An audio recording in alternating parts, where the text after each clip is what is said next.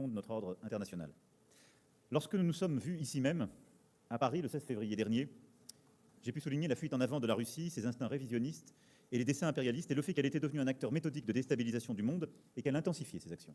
L'offensive d'ampleur, le jour même où se tenaient ses propres commémorations de la fin de la Seconde Guerre mondiale. Puisque la Russie a aussi fait le choix de poursuivre la remise en cause des frontières, d'intensifier la guerre hybride qu'elle livre sur l'ensemble du continent européen, contre nos sécurités, nos démocraties et les grands événements accueillis un peu partout en Europe. Parce qu'il en va de la sécurité de l'Ukraine et de notre propre sécurité, je t'avais dit que la France continuerait d'être au rendez-vous et que l'Ukraine et les Ukrainiens pouvaient compter sur notre plein soutien dans la durée.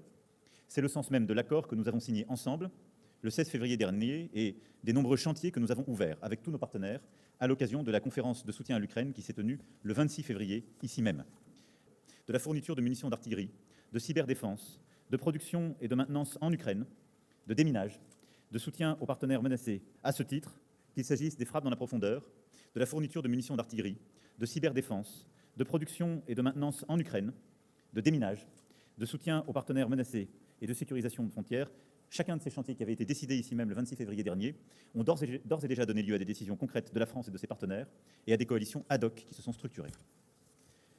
C'est également le sens des décisions que nous avons prises au niveau européen avec l'adoption d'une facilité Ukraine de 50 milliards d'euros et l'utilisation des profits d'aubaine générés par une partie des avoirs russes gelés afin de soutenir l'effort militaire de votre pays.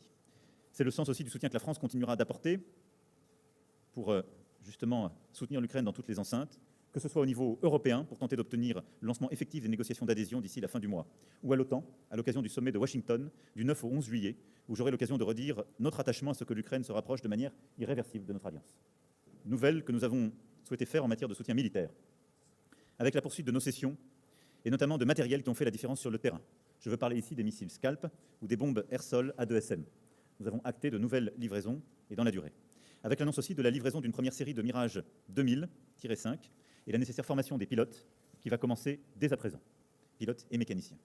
Nous avons aussi proposé et donc décidé ensemble que la France allait former, entraîner, équiper une brigade entière de l'armée ukrainienne dans le cadre de l'effort de régénération de vos forces, ce qui représente à peu près 4500 soldats.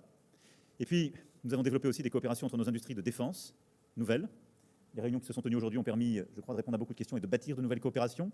Je veux aussi, dans le droit fil de ce qui avait été décidé le 26 février dernier à Paris, saluer l'accord qui a été signé avec KNDS sur une implantation sur le sol ukrainien. Et donc, cette entreprise franco-allemande va pouvoir produire sur votre sol, comme nous l'avions décidé avec les principaux partenaires. Je tiens à redire ici que nous ne sommes pas en guerre avec la Russie et que nous souhaitons garder la maîtrise de l'escalade. Nous maintenons depuis le premier jour cette ligne responsable. Mais cette ligne ne consiste pas pour autant à laisser la Russie imposer ses propres limites dans la nature de notre coopération militaire avec l'Ukraine ou dans la capacité que cette dernière doit avoir d'exercer son droit de légitime défense. Et le droit que l'Ukraine a d'exercer ce droit de légitime défense est conforme à l'article 51 de la Charte des Nations Unies. C'est pourquoi notre soutien se poursuivra dans tous les domaines que je viens d'évoquer et les décisions que nous avons prises ces dernières heures, formalisées ensemble aujourd'hui, s'inscrivent exactement dans ce cadre. Notre soutien se poursuivra également dans les domaines économiques, humanitaires et de reconstruction. Des réunions se sont tenues là aussi avec les principaux acteurs. Nous avons décidé avec l'Ukraine de mettre en place de nouveaux outils permettant d'accompagner la transformation de l'économie ukrainienne. Nous allons signer un accord de création d'un fonds doté de 200 millions d'euros à destination des entreprises qui souhaitent exporter et investir dans les infrastructures critiques du pays, dans les secteurs des transports, de l'énergie, de la santé, du déminage. Et compte tenu de l'urgence, nous avons décidé que 60 millions d'euros de ce fonds seraient consacrés à la priorité énergétique. Nous avons décidé d'élargir le mandat de l'Agence française de développement à l'Ukraine. Et l'AFD commencera à financer dans les prochaines semaines des projets structurants, en particulier au niveau local. Nous avons également décidé le déploiement d'une vingtaine d'experts techniques auprès des ministères clés pour accélérer la convergence des standards européens dans les secteurs stratégiques. Car les guerres de liberté continuent, la vôtre est indispensable, elle est nécessaire à la paix en Europe et à la sécurité de la France.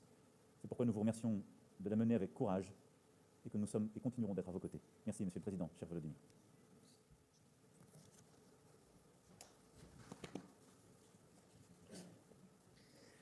Дуже дякую тобі, Je te remercie infiniment. пане президенте, дорогий Monsieur Еммануель. le Président, cher Шановні Emmanuel, присутні, шановні журналісти. présent, chers Я дуже journalistes. вдячний за Je vous suis très запрошення reconnaissant pour cette відвідати invitation de Францію visiter la та за France всю ту допомогу, et pour toute aide, Emmanuel, que toi, ton État, ton équipe дійсно дали apporte, octroie à nous tous, à l'Ukraine et aux Ukrainiens. Cette aide est une protection évidente de l'ensemble de notre Europe, de tout ce que nous apprécions, de tout ce que nous voulons transmettre aux générations futures d'Européens. Ces jours-ci, en France, en Normandie, dans différentes parties du monde, on se souvenait de l'héroïsme des personnes pendant la Seconde Guerre mondiale.